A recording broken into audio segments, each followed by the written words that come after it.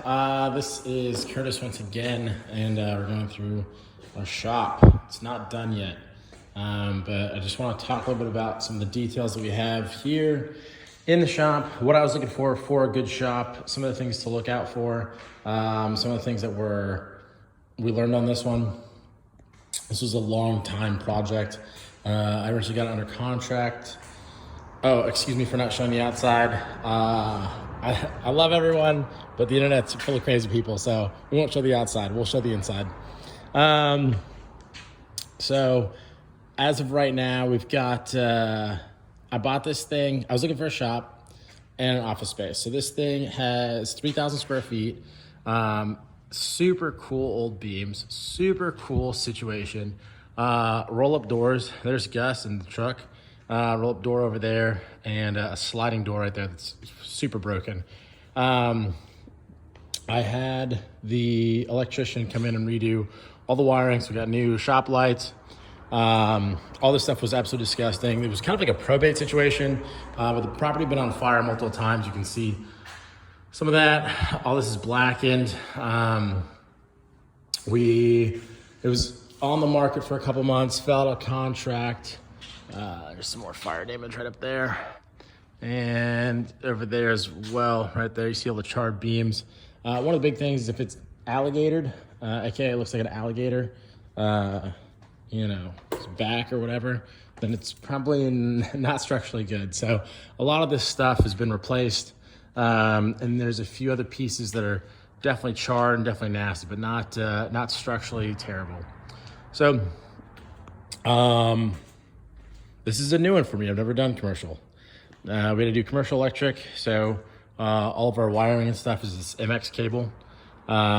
We did the bare minimum possible to pass code to then get the lights on, and then I'm doing some extra stuff on the back end just to keep down on costs. We bought this, like I said, as a probate deal. It fell out of contract, I think, once or twice, and it was on the market for $70,000 in kind of a rougher area, but I know it's going to go up in value. It's super close to downtown, 5 minutes away.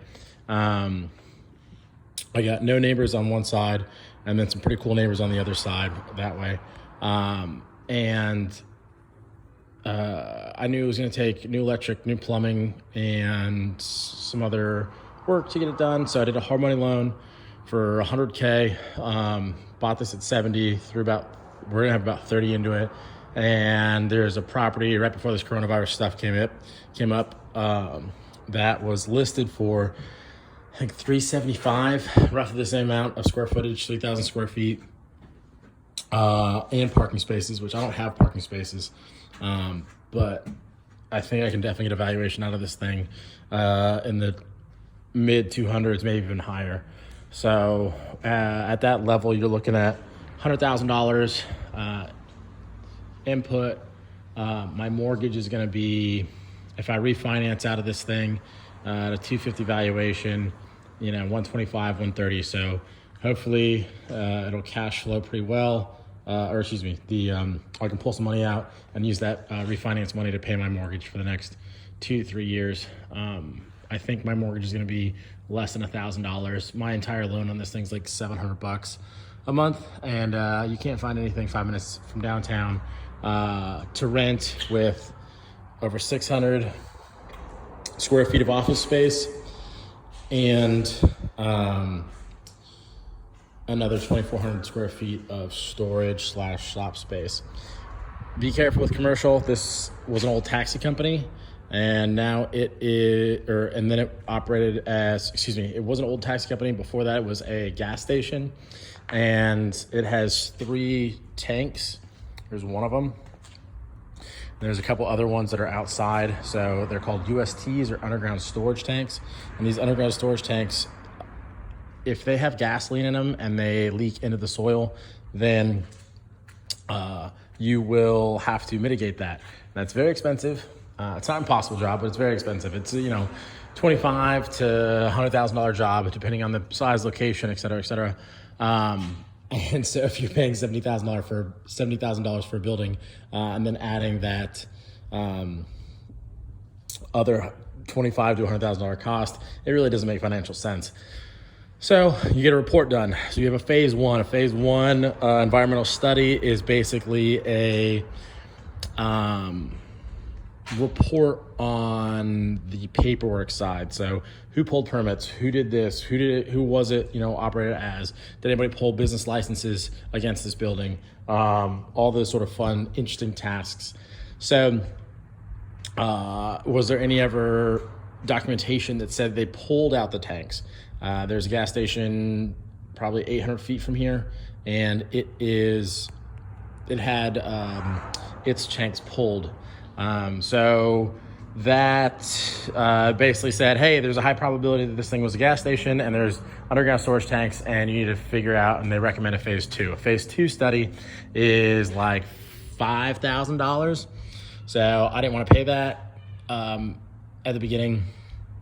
So we negotiated with the seller, hey, pay for the phase two study. If it comes back clean, what we'll do is we'll split the cost if I buy it. If it comes back negative, aka I've got a bunch of gas and oil and this is a baby super fun site, then I'm not gonna buy it and extend due diligence, et cetera, et cetera. So they did the phase two study and the tanks were empty. They did ground samples, I think 16 feet deep, which is crazy. And there was some, I think, elevated arsenic levels, but totally within tolerance. And I had an amazing environmental engineer kind of help me and coach me through a lot of the processes of that. And basically, every year they tighten the environmental restrictions at all times.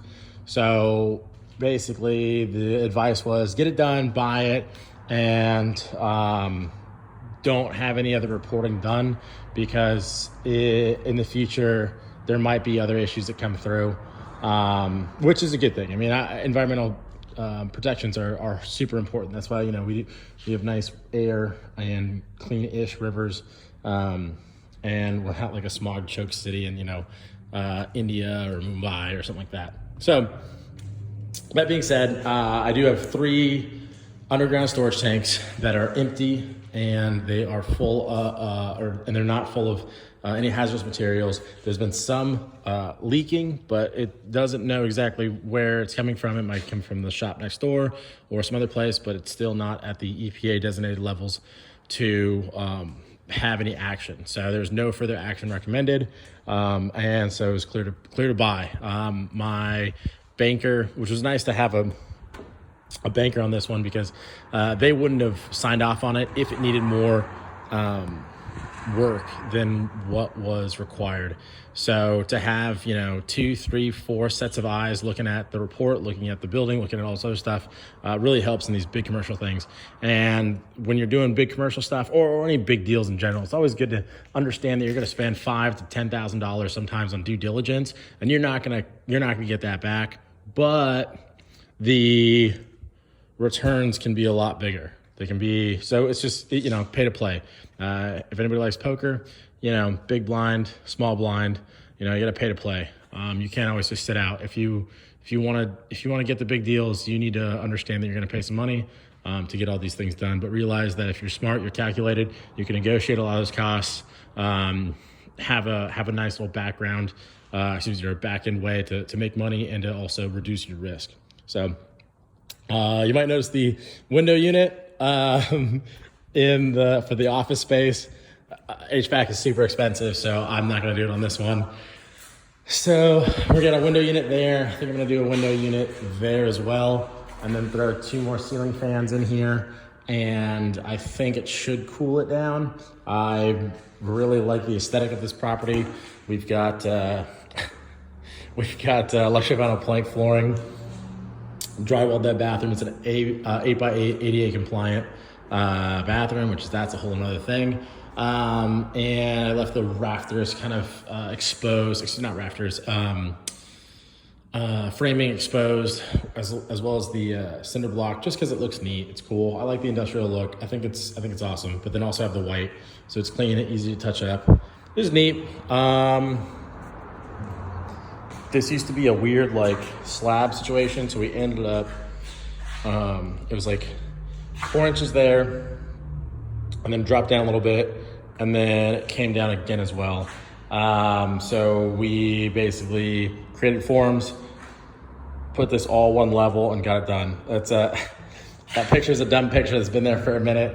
We're supposed to take out the picture and use the frame for another thing, but long story short, didn't happen. And that was kind of a joke around the office. Yeah, this is a great little spot. We're actually just gonna paint this concrete floor. Not really sure exactly what we're gonna do here, whether it's gonna be a conference table. I think I'm gonna have a squat rack, maybe right there, bench press. Yeah, and this will be the Bell Homes HQ for a little bit. Very excited about it.